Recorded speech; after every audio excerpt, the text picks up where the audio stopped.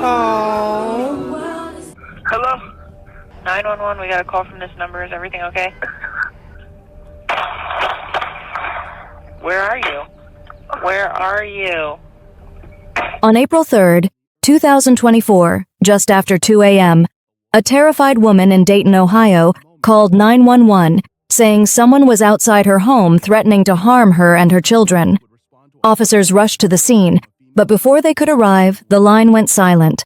Moments later, another call came from the same home, only this time, no one said a word. When police finally entered the apartment, what they found would haunt even the most hardened detectives. The young mother who made that desperate call was dead, shot multiple times by the man she once loved and trusted. Investigators soon uncovered a devastating truth. Her killer was her own husband, who had forced his way inside and opened fire just moments after she posted her new boyfriend on Facebook. A brutal act of jealousy broadcast in real time, and tragically, one that echoes a story we've. Welcome back, my lovely and supportive family. Watch till the end, like the video, and please don't forget to subscribe to Viral Crime Stories. Now, let's get back to the story.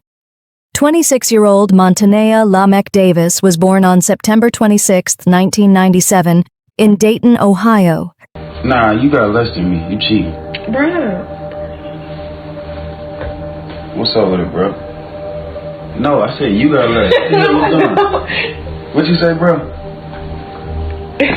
Man. What's that? We about to Hey, die. I'm gonna tell you like it's bad, man. I'm gonna do this dumbass shit. We about to die. Where she grew up surrounded by a tight-knit community that valued strong family ties and mutual support. Raised in a neighborhood with deep historical roots, Montine always felt the importance of family, community, and making a difference. She attended Thud Marshall High School, where she excelled academically, and later continued her education at Wright State University, pursuing a nursing degree. Montane's passion for nursing was rooted in her genuine desire to care for others, particularly the most vulnerable. After completing her studies, she became a registered nurse specializing in compassionate care. Her focus was not just on providing medical treatment, but also on offering emotional support to her patients. Whether she was working long hours in the hospital or making home visits, Montane's dedication to her patients was unwavering. She was known for her ability to comfort and connect with people and making even the most difficult situations feel a little easier to bear. But Montine was not just dedicated to her career.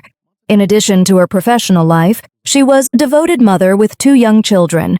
Her family was the very core of her existence.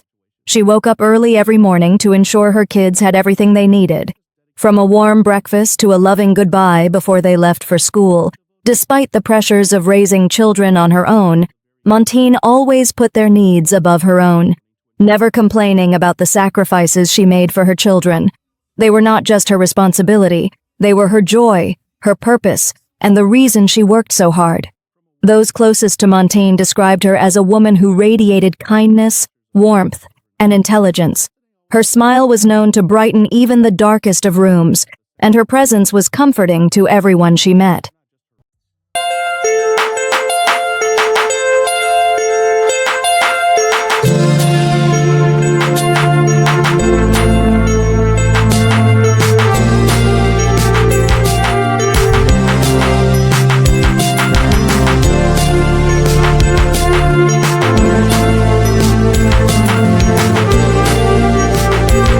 Were drawn to her for her nurturing spirit, and it was clear that her love for others went beyond her role as a nurse or a mother.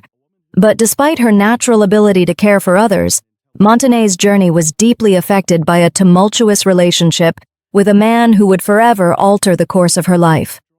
By the way, She ain't. You know what she's talking about. praise him. Praise. I don't need that. God knows I don't need that in my life. Like, okay, my ex is hitting me up at the moment, you better not. 24-year-old Jamarte Latrell Brown. Her former boyfriend was a figure who loomed large in her past. Jamarte entered Montane's life, and what began as a seemingly loving relationship soon turned into something darker. Although there were happy moments, They were often followed by arguments and moments of anger. Montine struggled with this back and forth, dealing with emotional pain and stress. As time went on, the relationship became more about control. Jamart's behavior was possessive and abusive, which made Montine feel trapped. The trust and love they had started. Bitches be thinking you fucking with him. I'm not fucking with him. If you're fucking with him, why would you think I'm fucking with him? I'm fucking with him. To fade, and she felt like she couldn't escape the toxic cycle. But despite the hardships, Montine found the strength to leave. Monty realized she deserved better, a healthier, more peaceful life for herself and her kids. With immense strength and courage, she made the difficult decision to leave Jamarte, choosing her own healing and well-being over this toxic cycle they had been stuck in. She poured her energy into her children, focusing on creating a stable environment where they could thrive. But love wasn't done with her just yet. After the breakup, Montine soon found a new partner, someone who truly accepted her for who she was and welcomed her children into their lives with love and respect. This new chapter in her life represented not just a fresh start, but a deep, unconditional love that Montine had always deserved. Soon after, Montine and her new partner found out they were expecting a child together, a symbol of the new beginning she had fought so hard to create. This child was not only a source of joy for Montine, but a reminder that even after all the pain, she had the power to rebuild, to move forward, and to embrace a future filled with hope and love. Despite Montine's efforts to move forward and create a better future for herself and her family, Jamart's jealousy and bitterness continued to linger just below the surface. Although Montine had made it clear that she was done with him and no longer wanted anything to do with the toxic relationship they had shared, Jamarte couldn't accept it. He continued to reach out to her, bombarding her with messages and phone calls, trying to get her back into his life. At first, Montine tried to ignore him, hoping he would eventually just take the hint. But Jamart's persistence grew and became more aggressive in his attempts to win her back. He couldn't stand the idea of her moving on and finding happiness without him, and his jealousy and resentment began to build with each passing day. Montine had made up her mind, though. She knew that she deserved better, and she was no longer willing to tolerate the emotional and physical abuse that had once been a part of her life with him. Montine had found solace and peace in her new relationship, where love, respect, and understanding flourished. Her new partner accepted her and her children, and together they looked forward to building a happy future. But little did she know this unresolved tension would soon erupt in a way she could have never imagined. On the morning of April 3, 2024, Montine's night began like any other. But in the blink of an eye, things took a horrifying turn. 911, we got a call from this number. Is everything okay? Where are you? Where are you? We are not using the audio that appears to be the 26-year-old victim. She told dispatchers an ex-boyfriend was calling her, threatening to her house, and she told dispatchers she had 2 children. She told dispatchers an ex-boyfriend was calling her, threatening to her house, and she told dispatchers she had 2 children. She made a frantic 911 call, saying her ex-boyfriend Jamarte was outside her home, threatening both her and her children. The police were immediately alerted and rushed to the scene, but things would soon spiral even further.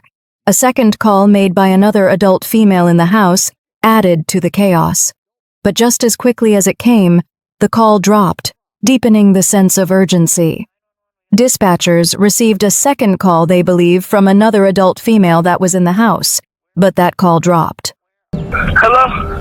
911, we got a call from this number. Is everything okay? Where are you? Where are you? Despite the officers already being on their way, the situation had already escalated beyond what anyone could have imagined.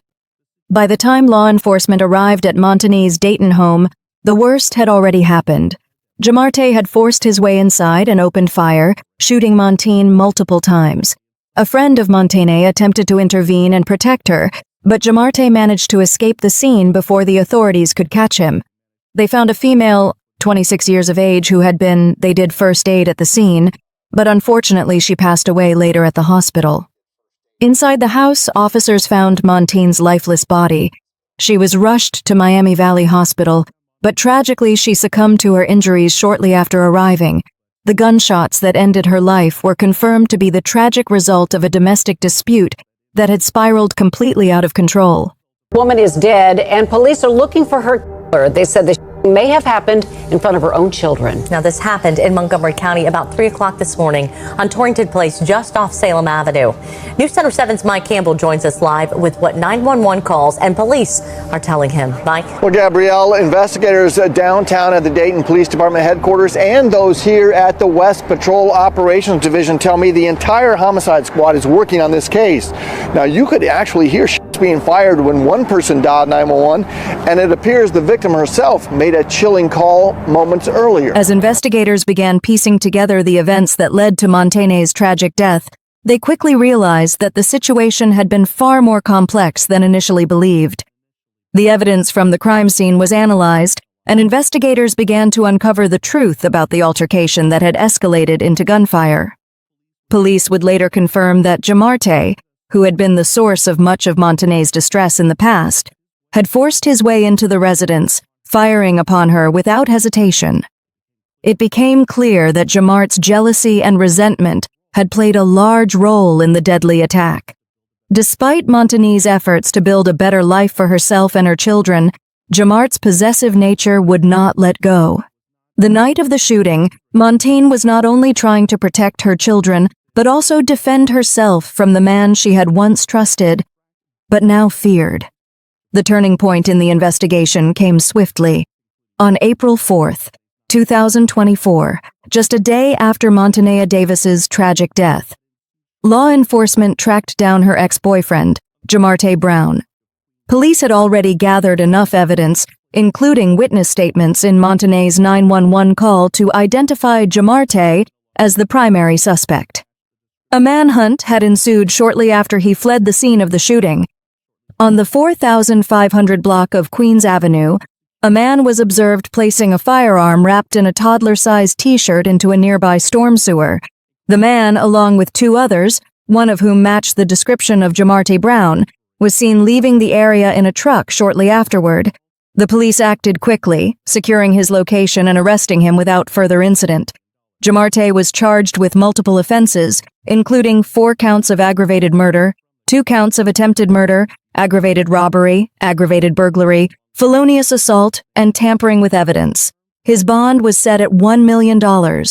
Authorities were able to piece together the full scope of the tragedy through the collection of evidence from the crime scene and interviews with those involved. The 911 calls, along with statements from Montane's friends, confirmed that Jamart's actions were not impulsive. Instead, they were the culmination of a long-standing cycle of violence and abuse. However, there was one problem. No one had anticipated the emotional toll this crime would take on Montane's family. As the case began to unfold, the grief felt by her loved ones was immeasurable. Montane's death sent shockwaves through her family and the community of Dayton, Ohio. Loved ones, friends, and even strangers who had witnessed her kind-hearted nature expressed their deep sorrow. Montane's mother, Melissa Dennis, was understandably devastated. In an emotional statement, she spoke about the grief of losing her beloved daughter. She recalled the small moments of joy they shared, like their morning breakfast outings, which now served as a painful reminder of their last days together. I hope to make it through, because every day I'm gonna mourn, I'm gonna hurt. I can't go to breakfast with my baby. She calls me 6 o'clock in the morning. We go to breakfast after the kids are gone, to daycare and school, and she was a wonderful sister. Melissa described her daughter as someone who brought light into the world, and now that light was gone. Montane's sister, Autumn Nicole, was equally affected. She spoke passionately about the bond they shared, especially as mothers. She had been there for Montane when she became a mother for the first time, and had always been a constant in her life. In the wake of her sister's death, Autumn vowed to take care of Montane's children, who were now left without a mother.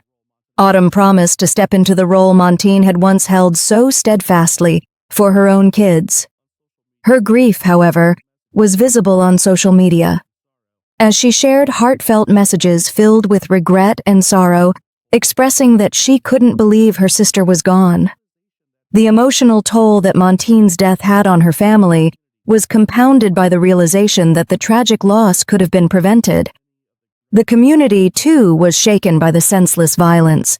Montine's death reminded many of the growing problem of domestic violence and the lengths to which abusers would go when they feel they are losing control. Dayton, a city known for its deep ties among residents, suddenly felt fractured. There was an obvious sense of fear, anger, and a desire for justice for Montine, especially for her children, who would never again feel the warmth of her embrace. Despite the ongoing investigation, Montane's family had to focus on the heartbreaking task of laying her to rest. A funeral service was held to honor Montine's life, and it was clear that her memory would live on in the hearts of those who loved her. Family and friends gathered to celebrate Montane's life and remember her bright spirit. During the service, loved ones shared fond memories, recounting her generosity, her warmth, and her commitment to her children. The eulogies painted a picture of a woman who had so much life left to live, a woman whose bright future had been cut short by violence. Family and friends of a Dayton shooting victim gathered minutes ago with a balloon release to honor her memory. 26-year-old Montine Davis was found on Torrington Place Wednesday. She died at the hospital a short time later. 2 News reporter Grace Schuett is live in Dayton, where that event just happened. Grace, how are they remembering her tonight? Family and friends of a Dayton shooting victim gathered minutes ago with a balloon release to honor her memory. 26-year-old Montine Davis was found on Torrington Place Wednesday. She died at the hospital a short time later. 2 News reporter Grace Schuett is live in Dayton, where that event just happened. Grace, how are they remembering her tonight? Yeah, just behind me is where Montane's family and friends remembering her. A lot of people showing up to show their support and love, bringing flowers, sharing memories with each other about Montane. Montane's family is remembering her as a smart, successful, loving, and caring person, someone who would do anything for anybody, regardless if she knew them. The service concluded with a balloon release in Montane's honor. Hundreds of balloons were released into the sky, each one symbolizing the love and remembrance that her family and friends felt for her. It was a beautiful, bittersweet moment as loved ones watched the balloons drift away, carrying their messages of love and memories of a woman who had been taken too soon. The tragic death of Montine Davis raises numerous questions, particularly about the severity of domestic violence and how it continues to plague many families across the country. How many lives must be lost before society takes the issue of domestic violence more seriously? Montane's story isn't just about the heartbreaking loss of a mother, a sister, and a daughter. It's a reminder of the importance of recognizing the signs of abuse before it's too late. Domestic violence often doesn't show up in the form of physical marks alone. It can take the shape of emotional manipulation, control, and intimidation. Montine's decision to finally leave her abusive relationship should have been the first step toward freedom. Instead, it led to her tragic death. Community programs also play a crucial role in helping victims of abuse.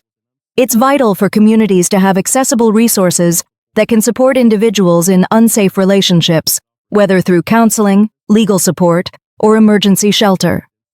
Programs that offer assistance to those at risk of domestic violence must be properly funded and supported so that victims like Montane don't fall through the cracks. Finally, a systemic change is necessary to ensure that abusers face severe consequences for their actions. Jamart's charges, though severe, were only a small piece of the justice puzzle. The system must hold individuals accountable, especially when their actions directly impact the safety of others. Furthermore, it's critical that the community at large does not allow abusive behavior to remain unchecked. I'm deeply saddened to hear about the tragic loss of Montane. Her warmth, strength, and devotion to her children and those she cared for were evident in every aspect of her life. Montine's kindness and nurturing spirit touched so many people, and the love she gave will never be forgotten. My heart goes out to her family, especially her children, during this incredibly difficult time. May you find peace in the cherished memories and the love she so freely gave. Rest in peace, Montine. You will always be remembered. What do you think about it? Let us know in the comments below. And if you found this story intriguing, please like, share, and don't forget to subscribe to Viral Crime Stories for more stories like this video. Thanks so much, be safe, and love you all.